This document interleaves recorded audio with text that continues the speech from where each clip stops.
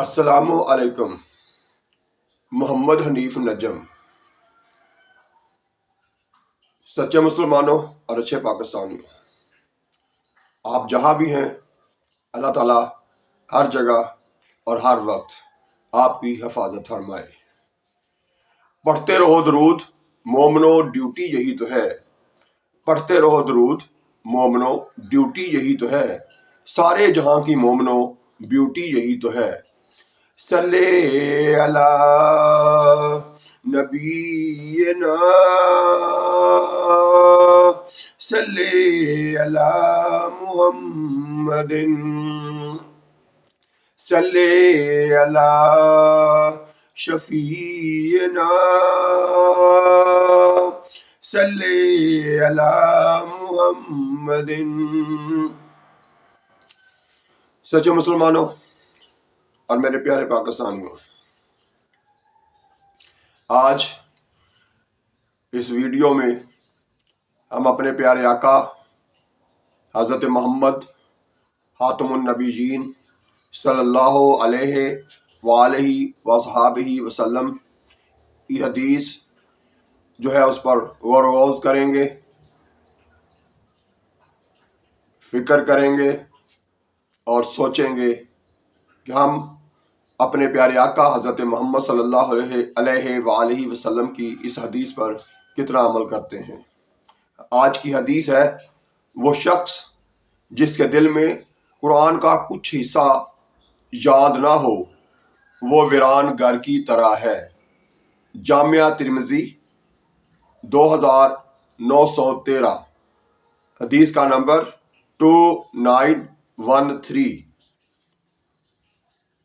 سچے مسلمانوں اور اچھے پاکستانیوں، آج کی اس حدیث میں ہمارے پیارے آقا حضرت محمد صلی اللہ علیہ وآلہ وسلم ہماری تربیت کرتے ہوئے، اپنے امتیوں کو یاد کرواتے ہوئے یہ فرما رہے ہیں کہ وہ شخص جس کے دل میں قرآن کا کچھ حصہ یاد نہ ہو، وہ ویران گھر کی طرح ہے۔ یعنی ویران ہے وہ دل جس میں اللہ تعالیٰ کے کلام پاک یعنی قرآن پاک کی کوئی بھی آیت یاد نہ ہو۔ تو ماشاءاللہ ہم مسلمان ہیں، 5 وقت نماز جو پڑھتے ہیں انہیں تو کئی صورتیں یاد ہیں، یہ ان کے لیے تو نہیں ہے، لیکن جو اکثریت نماز نہیں پڑھتی ہے ان کو خصوصی طور پر سوچنا چاہیے کہ کیا ہم جس رب کے مخلوق ہیں، جس نے ہمیں اتنا خوبصورت بنا کر پیدا کیا ہے اور پھر اپنی بے بہا نعمتوں سے نوازا ہے، اچھا کھاتے ہیں، اچھا پہنتے ہیں اور مزے مزے کے مشروب پیتے ہیں، وہ ساری نعمتیں جس رب کی ہم استعمال کرتے ہیں، جن کی وجہ سے ہم آج اپنی زندگی میں آسانیاں جو ہیں ان کے ساتھ زندہ رہ رہے ہیں، کیا اس رب کے کلام کو جو وہ ہم سے باتیں کرتا ہے ہمارے پیارے نبی حضرت محمد صلی اللہ علیہ وآلہ وسلم کی وحی کے ذریعے، اس کلام کو، اس قرآن کو، اس مکمل ضابطہ حیات والی کتاب کو جسے ہم کہہ کے نہیں تھکتے کہ یہ بڑی مکمل ضابطہ حیات والی کتاب ہے، ہمارا دین مکمل ضابطہ حیات ہے، تو کیا اس کتاب کو پڑھنا اور پھر اس کا کچھ حصہ یاد کر کے اپنے دل میں رکھنا یعنی یاد رکھنا، کیا یہ ہمارا فرض نہیں ہے؟ میں بہت سارے مسلمانوں کو، ایسے لوگوں کو جانتا ہوں جنہیں صحیح طرح سے پہلا کلمہ بھی نہیں آتا۔ کئی ایسے ہیں جو سال بعد صرف عید کی نماز پر مسجد میں جاتے ہیں، اس کے علاوہ نہیں جاتے۔ کئی ایسے ہیں جو صرف جمعہ پڑھنے جاتے ہیں، اس کے علاوہ نہیں جاتے۔ کئی ایسے ہیں جو 5 وقت کی نمازوں میں سے ایک آدھ پڑھ لیتے ہیں، باقی سب بھلا دی جاتی ہیں۔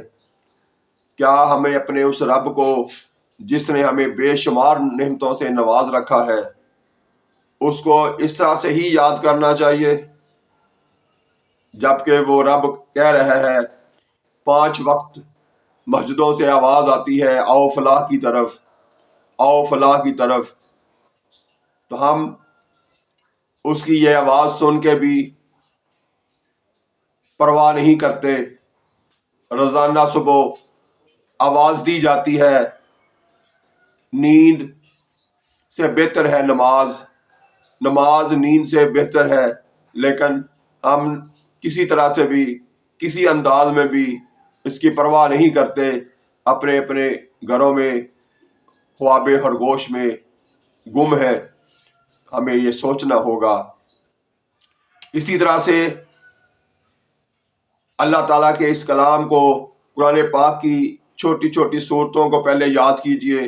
ٹھیک ہے آپ سارا کچھ ایک دم سے نہیں کر سکتے، لیکن کچھ کرنا تو شروع کیجئے، کچھ سوچ تو لیجئے کہ ہمیں اپنے دین پر توجہ دینی ہے اور اس کو سیکھنا ہے۔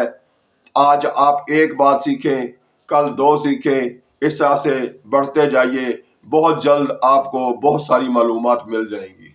اور پھر ساتھ ساتھ ان معلومات تو ماشاءاللہ پہلے بھی بہت ہیں، جانتے بہت کچھ ہیں، زبانی کلامی ہم بہت باتیں بناتے ہیں، لیکن بڑی بات جو ہے وہ عمل کی ہے۔ تو کچھ عمل کے بارے میں صرف سوچئے نہیں، اٹھئے اور عمل کیجئے۔ جو آپ کو نہیں آتا، جن کو آتا ہے ان سے سیکھیے۔ جو آپ نہیں کر پاتے، جو کرتے ہیں ان کے ساتھ اپنا بیٹھنا اٹھنا کیجئے۔ اسی طرح سے جیسے نماز پڑھنا چاہتے ہیں تو مسجد میں جانا تو شروع کیجئے، آہستہ آہستہ نماز پڑھنی بھی آ جائے گی۔ اسی طرح سے قرآن پاک پڑھنا نہیں آتا، کچھ پڑھنے کے لیے زندگی میں 24 گھنٹوں میں سے کوئی 5 منٹ نکال کے پڑھنے کی کوشش تو کیجئے۔ پڑھنا سیکھیں گے تو پڑھنا بھی آ جائے گا۔ تو میرے پاکستانیوں، میں سلام کرتا ہوں جو نماز بھی پڑھتے ہیں، جن کو نماز پڑھنی بھی آتی ہے، جو سیکھ چکے ہیں، لیکن جو نہیں سیکھ سکے یا جن کو نہیں آتا یا جن کو آتی ہے لیکن وہ پڑھتے نہیں ہیں، ان سب سے گزارش ہے، ان سب سے ریکویسٹ ہے کہ آئیے ہم اپنے اس رب کو جس کی دی ہوئی ساری نعمتیں ہم سارا دن استعمال کرتے ہیں، 24 گھنٹے اس کی دی ہوئی نعمتوں کے مزے اٹھاتے ہیں، تو آئیے اس کو یاد کرنا بھی سیکھیں۔